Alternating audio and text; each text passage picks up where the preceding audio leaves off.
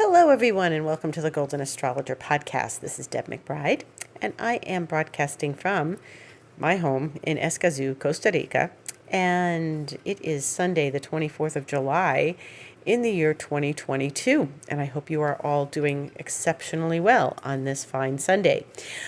We are in Leo season. We are now in the season of the cat. We are with the experience of the sun. So if you remember last week, I talked about how we were moving into the sun from the moon, and a lot of things sort of supported that. So we are now experiencing solar energy at its finest as the sun is in its rulership sign, the sign it rules, that is Leo.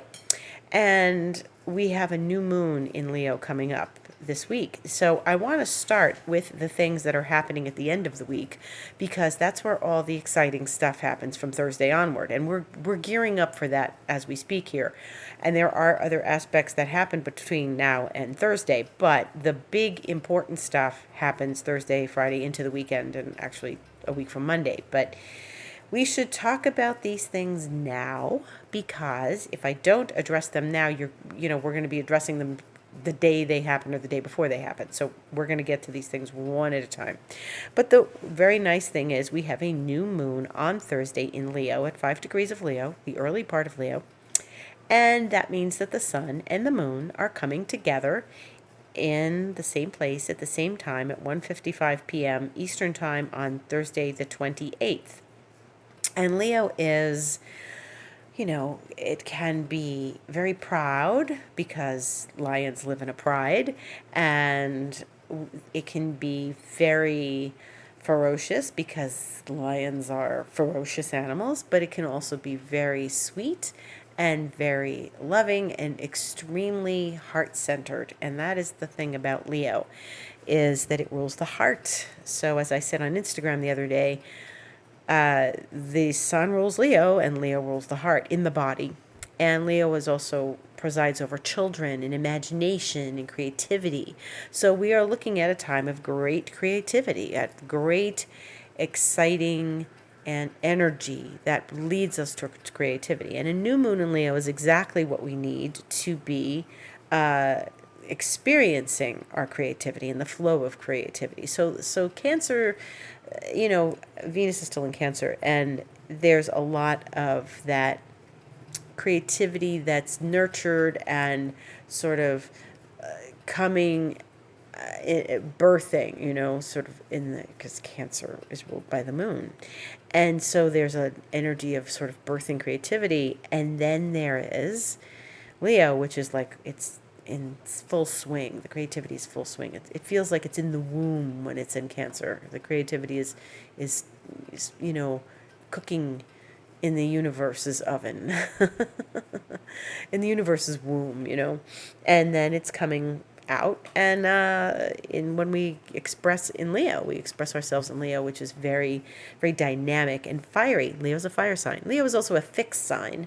So if you're dealing with fixity in your life, it's fixity, I mean Aquarius, Leo, Scorpio, Taurus, and we are dealing with a certain amount of Taurus in the sky, as we've been talking about. This is a time to sort of step back and look at where you are fixed, or maybe it's time to get, if you haven't been firm on something, maybe it's time to get a little more firm. I had a leonine experience today. A cat experience. It's always a cat experience, right? When you live on a property with cats, there's always a cat experience. So my little tortoise shell, she doesn't respond well to other cats coming on her territory. And I understand, but there is a point here where all the cats live in one big territory, and technically it all belongs to all of them. But my garden is my garden, and she presides over my garden, and so today, now, what's the opposite sign of Leo? Aquarius, right? And I'm an Aquarius. And so I went outside because I was sitting in this very Aquarian state, like a nice meditative place for myself. And then, of course, there was like hysteria, cat hysteria outside. You know what that sounds like. And one of the other cats had come in, and he doesn't come here. He's young. and he doesn't know my garden at all. And he came walking in because his daddy is away, and she lost her little tortoiseshell mind. Of course she did, because this is what cats do. So she's like, got into this argument, and I sat here and I was like, okay, you know what that means? And it's funny, I thought of this later. I grabbed a pitcher of water, I went outside, and here I am, the Aquarius, with my water, my pitcher of water, and instead of dispensing knowledge, here I am with the opposite sign, Leo. There's the cat, and I have to throw the water at the cat, even though he's a good cat, and I don't want to hurt him. So water doesn't hurt anybody, but it means don't stay here, okay? So throw water at the cat, and he was like, what? And he ran away and ran out, or actually ran in a place that I didn't see him. He ran across my garden, and I knew she was nearby somewhere. And so here I am, the Aquarius with the water pitcher, and in facing Leo, the sign opposite me. And of course, then it became the hero's journey, because I was like, okay, this guy's not leaving, and I've got to turn on the hose now. And technically, I don't have to turn on hoses lately because it's rainy season. So I had to go get to the hose and pull it out because it hasn't been used in a while, and then get to the faucet where the hose is. So that's a whole other water thing. And of course, there was a big spider web before I got to the hose, before I get to the faucet. And I had to take it was the hero's journey. There was a big branch hanging that was dead, and it was in my way to get to the hose, and I had to pull it out of the way, but it's full of thorns because it's from the bougainvillea, and it's got, it's a dead bougainvillea branch, but the thorns are like very well and established. So I had to gently take that away and use it then to get rid of the spider web, and then get to the faucet to turn it on to be able to hose the cats. Yeah, it just was one thing. Like, you have to grab the tree and then grab the branch and then take the thing away and then get the spider out of the way. It was the hero's journey. But this is also, life in the jungle. And I don't particularly live in jungle, but my garden is like, a little jungle. So here I am with the jungle cats. And so that was very leonine, Aquarius, Leo. So it was another one of those moments when you say, hey, if you think anything in your life is not a metaphor for the bigger picture going on, we're wrong. There's here I am, the Aquarius with the Leo, and I'm Leo rising, so I understand the duality of all of that. And here I was trying to hold the duality of Aquarius and Leo, and Aquarius in their freedom loving state. There I was in my freedom little state, and then I had to go deal with Leo. And it was interesting because it was like out of nowhere, I had to jump up and take action. And Aquarius and Leo, they're not opposed they're not miserable with each other, Aquarius and Leo. And certainly I have to hold that duality in my life every day. But when you have opposite signs looking at each other and they come alive in your life, you have to find that balance between the two of them. And interestingly enough, I had to go into the garden, Taurus, and find the water, Scorpio. So there it was, all that fixity flying around my moment this morning when I had to this actual moment of fixed signs. And so, those cats were not going to get out of their fight until I stepped out there, So, and then she came in when she had blood on her nose and stuff. I'm like, you ought to learn a lesson from this. You can't mess with that cat. He's tough. So that's not one you can mess with. So that's to be continued, because clearly this is going to continue sometime, some way, and I have to find a way to manage it. So the duality of Aquarius and Leo. So Aquarius is freedom loving, and Leo is cuddle loving. Leo wants affection. Leo loves to be, kissing and in love, because it rules the fifth house, generally speaking, the fifth house, and in the natural zodiac. And so the fifth house is about love. It's about falling in love. It's about, the affection we have for one another and just being so swept away in love. So this new moon that we're going to have this week is all about Leo and affection and, our connecting with our creativity, but falling in love with our creativity, falling in love with ourselves, falling in love with life. And it doesn't have to be falling in love with a love object. It can be this experience of falling in love with your creative process, which is really good. for a Leo new moon. So that's part of it. Now, when we move into that wonderful Thursday with this lovely new moon, there are other things going on that day. And one of them is that Jupiter is going retrograde. And Jupiter's going to go retrograde a couple hours after the new moon occurs at 4:37 p.m. Jupiter is at 8 degrees of Aries. And 8 degrees of Aries, it's early enough in Aries. Jupiter has not moved very far into Aries, and Jupiter's going to move more into Aries next year. It's a full Jupiter transit in Aries next year, but this is the taster of that. And, it's like I've said before, when my teacher used to say, Jupiter thinks it's in Aries, but it's not really. It still really has to go back into Pisces, which it's going to do later this year. Now, Jupiter was the traditional ancient ruler of Pisces, and so, of course, it's a good thing for Jupiter to go back into Pisces, but we're not there yet. So let's just focus on the retrograde. Jupiter retrograde is not necessarily bad luck, because it's, Jupiter's the planet of luck and fortune and abundance, but it is a place of not necessarily taking a risk before thinking about it. With Jupiter retrograde, we take a step back. We are a little more cautious. We are a little more aware, because remember, planets that are retrograde are more internal. And so for each of us individually, wherever Jupiter is in Aries, in that part of your chart, it will make us pause before we jump. Pause before you dive in and say, you know what? I'm going to step back on that. Maybe I'm not going to sign that lease. Maybe I'm not going to buy that property. Maybe I'm not going to invest my money in this. And that's a lot with Jupiter. Jupiter in Aries wants to get up and go. It's fire. But the new moon will make a wide trine to Jupiter, as the new moon is in Leo and Jupiter is in Aries. And the moon, in fact, will trine Jupiter at 8:03 p.m. And Jupiter will stay at 8 degrees for a little while, and it's okay. This is not something that we should be worried about or anything. Jupiter takes its retrograde. It brings us back to Pisces later in the year, like I mentioned. So we just move forward in our life, not necessarily jumping in and diving in. We pause before we go, and that's fine. That's fine. That's the other thing that's happening that day. There's another thing happening on Thursday, and that Mercury is squaring Uranus. And so Mercury is in Leo, like we know.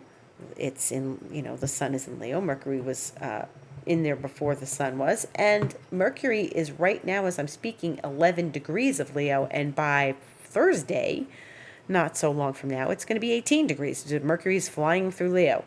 And it is going to square Uranus. So we're getting revved up here, because Mercury is the planet of communication and thought and intellect, and Uranus is the planet of chaos, surprises, all the unexpected things, and brilliance, genius, epiphanies. The light goes on over your head. And so lightning's another Uranus thing, as you probably know from listening to me. And with Mercury and Uranus, something brilliant can occur, something extraordinarily brilliant, and something that is profoundly life-altering in the intellectual sense. Like, I never thought of that before, and you have like an epiphany, a big moment. Now, this is getting close to what I want us to talk about. Mars and Mercury and Uranus are all involved this week, and Mercury is going to move on, but Mercury is going to talk to Mars on Tuesday, and Uranus and Mars are going to talk to each other. They're already starting to talk to each other, but they're going to talk to each other on the 1st of August, which is Monday, a week from tomorrow. Mars and Uranus are going to conjunct, and that's big and important. Fact, I believe that it is one of the most important aspects of the year. Now, you remember a few weeks ago, I was laughing about how Uranus is staying at 18 degrees of Taurus for months. And now what's happening is that Mars is coming to greet it. And this is getting heated, because now we're looking at the North Node at 19 degrees of Taurus, and it's going to move back and become 18 degrees of Taurus. And all of this stuff is going to happen in the next few days.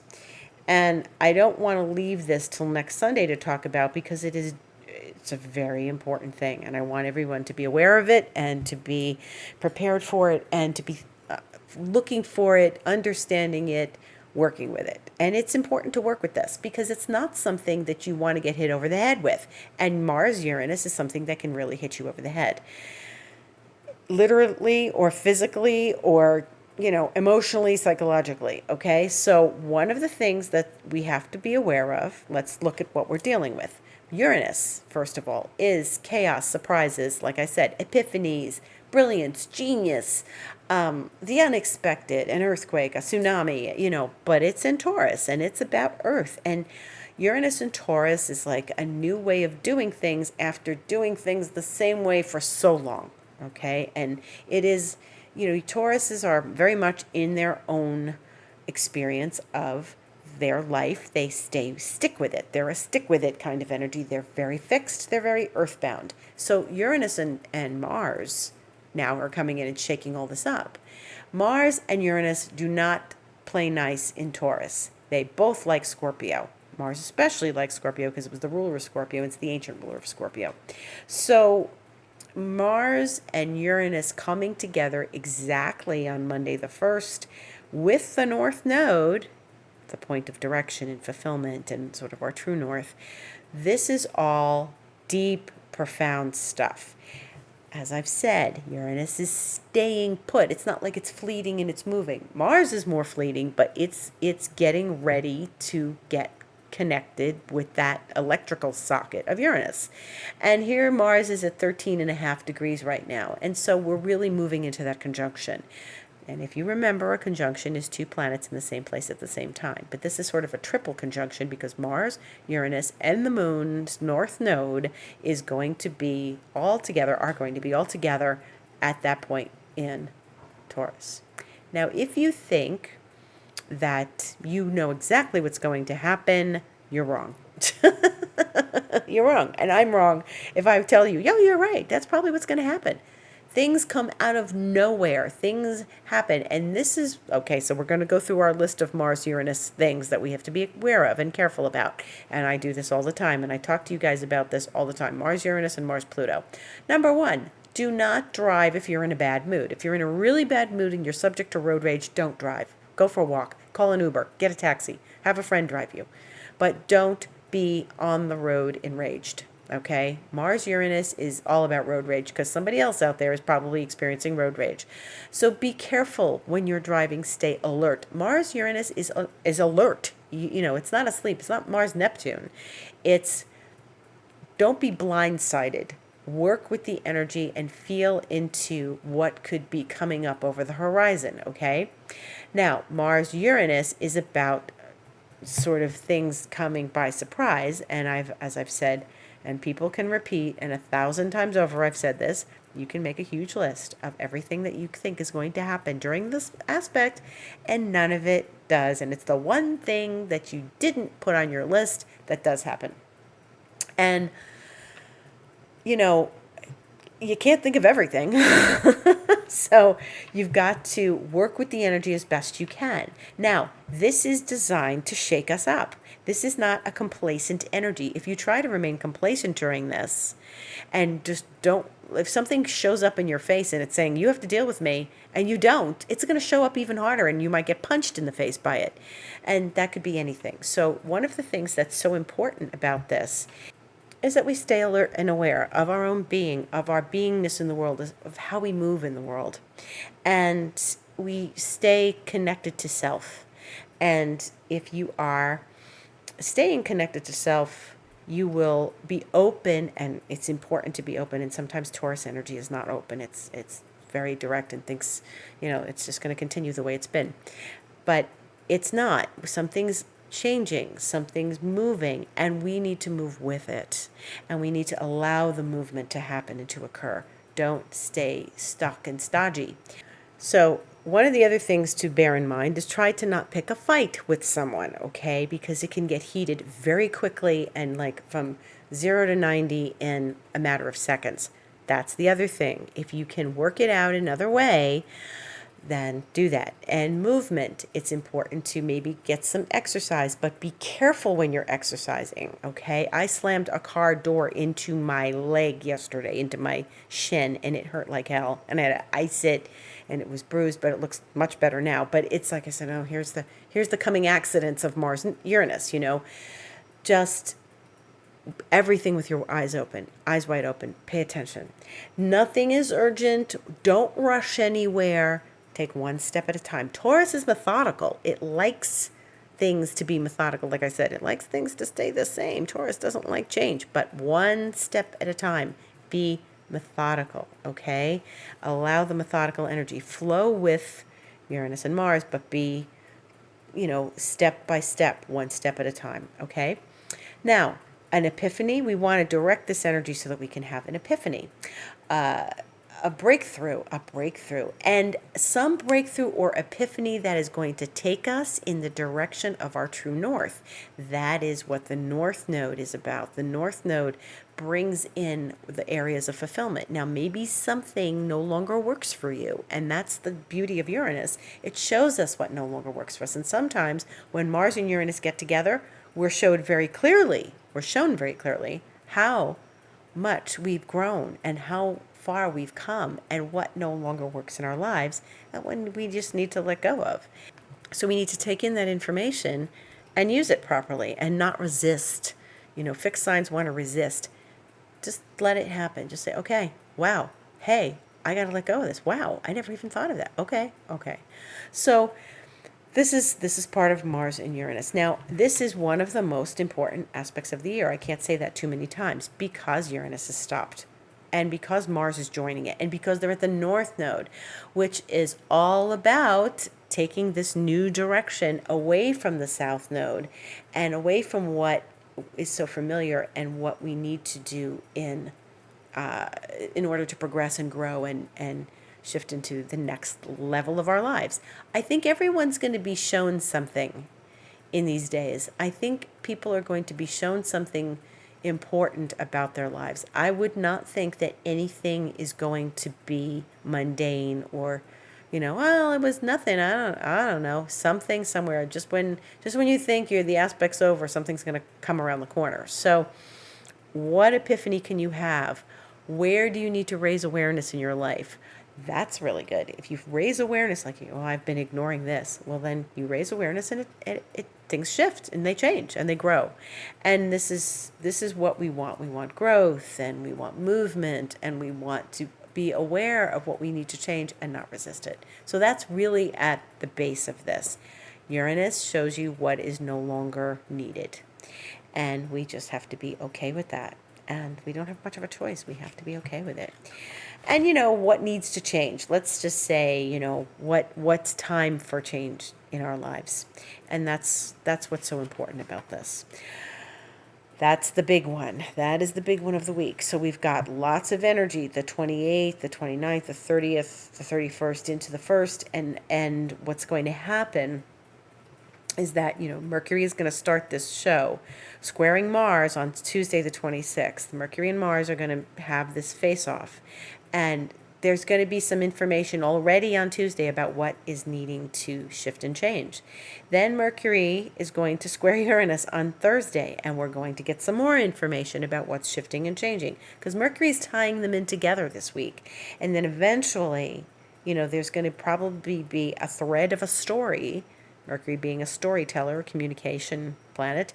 There's going to be a thread of a story that gives you information. There may be multifaceted stories here. There may be lots of stories, but be very aware of it. Be sure you're being told a story, okay? And what story in your life is unfolding, and what do you need to pay attention to? So that's what's really good. Mercury is then, after it's finished with those guys, is going to oppose Saturn at the end of Aquarius on the 30th, and that's a check-in. Mercury and Saturn, am I in reality about this? Did that really happen? Is this where I need to go now? What do I need to do? Where can I use some strategies in my life to move forward on these new pieces of information that I just received? So that's important. And then Mercury will then move out and, eventually go into Virgo the week of the 1st, once we're in August. But we're not there yet. So we're just staying close to information this week with Mercury, talking to these planets. Mercury's very busy and flying through Leo. And so this is a dynamic aspect. Don't shut it down. Don't shut anyone down. If, something looks like it's going to change, like move with it, okay? Let's see how far we get with that. And what else is going on? Venus, in this meantime, this evening into the wee hours of tomorrow, Venus is squaring Jupiter. So, like I said before, be a little careful about your spending, how much money you are, overindulgence, anything like that. Be a little aware how much you're eating. Be aware of that. Stay close to that, connected to that. And,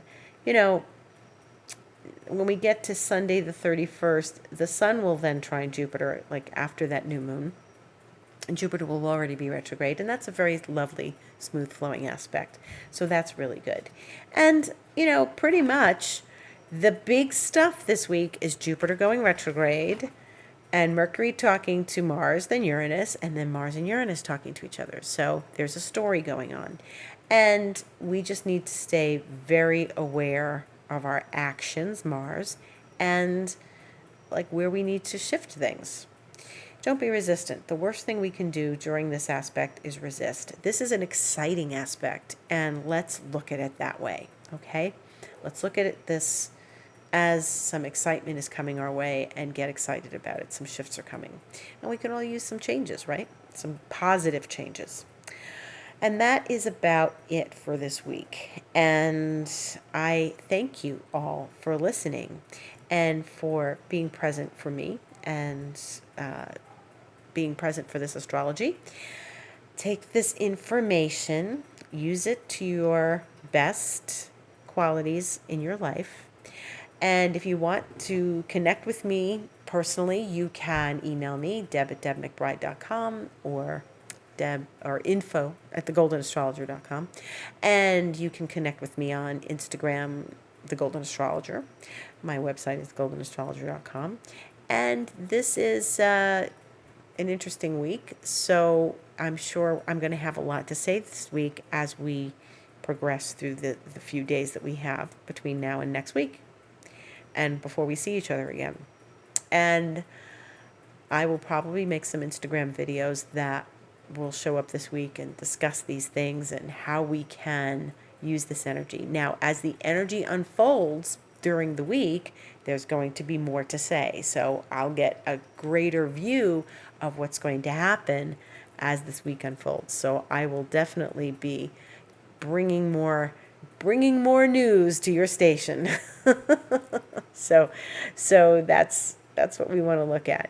And if you want a session with me, you can just go to thegoldenastrologer.com and click on book online, and that you can have an emotional clearing session or an astrology session or a Reiki session or all three or two, whatever you like. And if you're not sure what you need, reach out to me through email and we can set something up.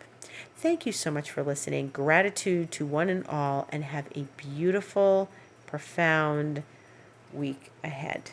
Thank you for listening.